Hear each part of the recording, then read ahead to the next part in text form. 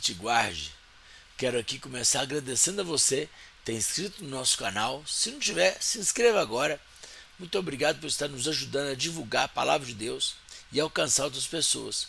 Então quero te pedir que, se essa palavra for bênção na sua vida, mande para alguém.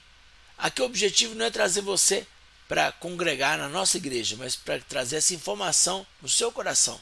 Então pode mandar essa mensagem para membros de outra igreja, de outras religiões. Aqui é para todo mundo que quiser aprender a palavra de Deus, tá bom? Então Deus te abençoe, muito obrigado. Deixe seu like, compartilhe essa mensagem, se inscreva no canal e nos ajude a manter essa porta aberta para que vidas sejam alcançadas pela graça e pelo amor de Deus. Quero compartilhar uma palavra com você que talvez você vive um drama, um dilema de estar sozinho na sua casa, crendo em Deus, e acha que não vai ter jeito, acha que você não vai conseguir. Talvez é um pai que está sozinho, é a mãe que está sozinha, é um filho que está sozinho, sozinho no sentido de fé, de acreditar que Deus tem um projeto na família, mas a família ainda não entendeu o propósito de Deus. Ou talvez todos estão frequentando uma igreja, mas alguns estão mais adiantados no processo de transformação, porque isso acontece. Às vezes a pessoa está frequentando a igreja e dentro de casa é uma coisa, fora de casa é outra coisa, na igreja é outra coisa, e a gente já bate o martelo, né? É hipocrisia, é fingimento, não quer nada com Deus. São frases que acontecem na maioria das famílias, mas são etapas diferentes. Às vezes você desenvolve muito nos primeiros meses e nos meses seguintes você para um pouquinho, o outro começa devagarzinho, depois dá aquela explosão, e assim a vida acontece assim. Você desenvolve mais em umas fases do que em outras, adapta melhor algum tipo de comportamento do que outro, mas eu quero dizer que Deus tem um projeto para sua família. Paulo e Silas, quando estava em Filipos, foi preso, e quando houve aquele terremoto, a prisão veio abaixo e o carcereiro tentou se matar. Atos 16, todo mundo conhece essa história. Se você não conhece, vai ler o livro de Atos, capítulo 16, que você vai entender. E aí o carcereiro disse: o que eu faço para me salvar? Paulo falou assim: crê no seu Jesus e será salvo, tu e a tua casa. Então Deus sempre estende a promessa para a família. Desde o jardim do Éden, Deus foca na família. Deus focou na família de Adão e Eva, Deus focou na família de Noé, Deus focou na família de Abraão, Deus focou na família de Ló, mas infelizmente deu no que deu, né? Naquela tragédia familiar, né? Que eu não vou entrar em detalhes agora, mas para você ver que o projeto de Deus era a família, mas infelizmente nem todos obedeceram. Na saída do Egito, o sangue nos umbrais da porta protegeu a família. Em Jericó, quando Deus derrubou Jericó, quem estava na casa de Raabe foi protegido. E assim, ao longo da Bíblia, você vai ver Deus sempre se referindo à família. Então, quando você guarda a sua família, né, através de você, porque é muito importante você entender isso. Você que entende, deixa Deus, a partir de você, transformar a sua casa. Não tenta transformar os outros, tenta transformar você mesmo. Não é aceitando tudo, não é fazendo a vontade de todo mundo, é se posicionando diante de Deus e da sua família da forma correta. Quem você é na sua casa? Você é o pai de família? Você é a mãe de família? Você é a filha mais nova? É o filho mais velho? É um dos filhos que está ali no meio? Não é o mais velho nem o mais novo? Você é filho do coração de uma das partes? Quem você é na sua casa? A primeira coisa que você tem que descobrir é isso. Quem você é? O que você está fazendo nessa família? Como que você chegou nessa família? Daí você começa a entender. Mas eu quero trazer uma palavra rápida aqui, então eu não posso estender muito os detalhes. Por isso que a gente tem todos os dias essas reflexões no canal. 8 horas da manhã. O Café em Família, que é o nosso carro-chefe desse canal. Então participe conosco, sempre ao vivo, 8 horas da manhã, de segunda a sábado. Não esquece de dar o like aí, se você já está sendo abençoado. Quero compartilhar com você Gênesis, capítulo 6, falando de Noé e da Arca de Noé, que todo mundo conhece a história, mas não para refletir sobre os detalhes. Versículo 8, 6, 8. Gênesis 6:8. Noé, porém, achou graça aos olhos do Senhor. Essas são as gerações de Noé. Noé era varão justo, reto em suas gerações. Noé andava com Deus e gerou Noé 3 filhos, Sem, Cã e Jafé. A terra, porém, estava corrompida diante da face de Deus, e encheu-se a terra de violência. E viu Deus a terra, e eis que estava corrompida, porque toda a carne havia corrompido e o seu caminho sobre a terra. Então, eu escolhi esse texto porque nós vivemos dias como foi nos dias de Noé. Jesus falou disso, que nos finais dos tempos seria como os dias de Noé. Ninguém se preocupava.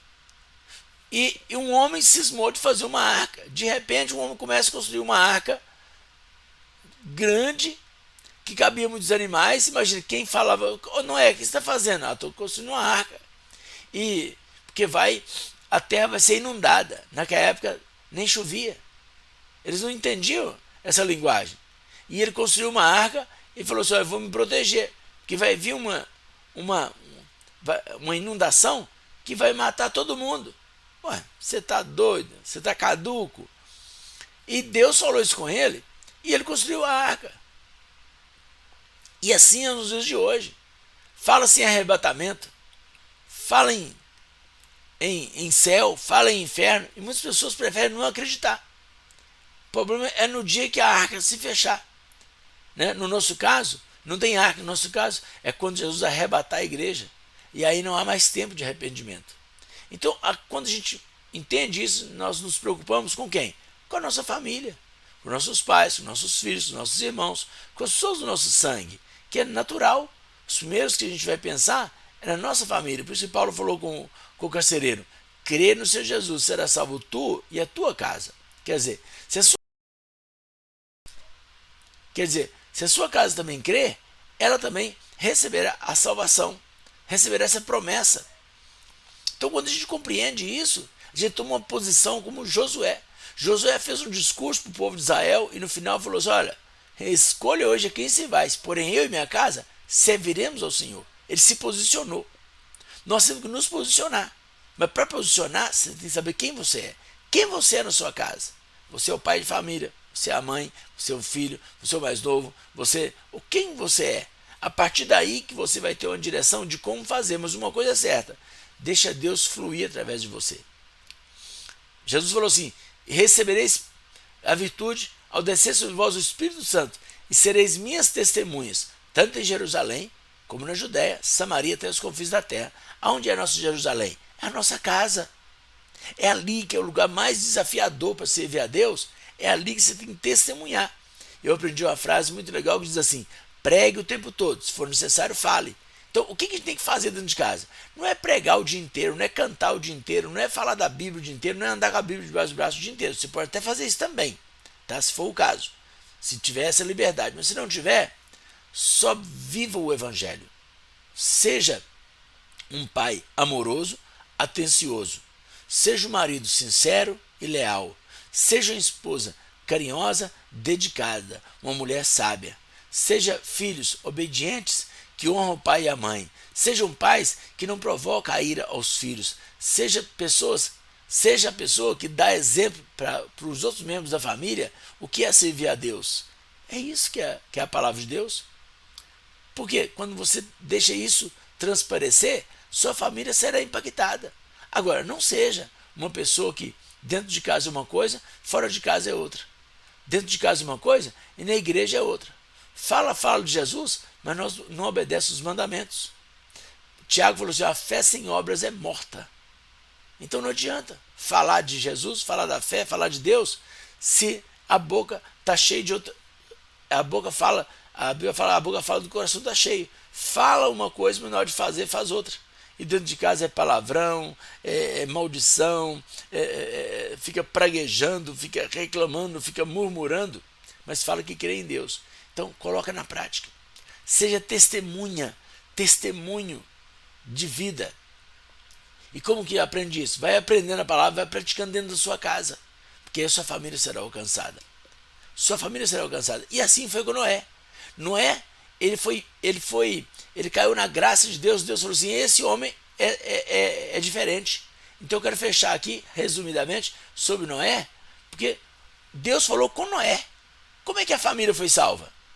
Como é que a mulher e os filhos e as noras foram salvas? Porque elas aceitaram a fé que Noé tinha, que Noé praticava.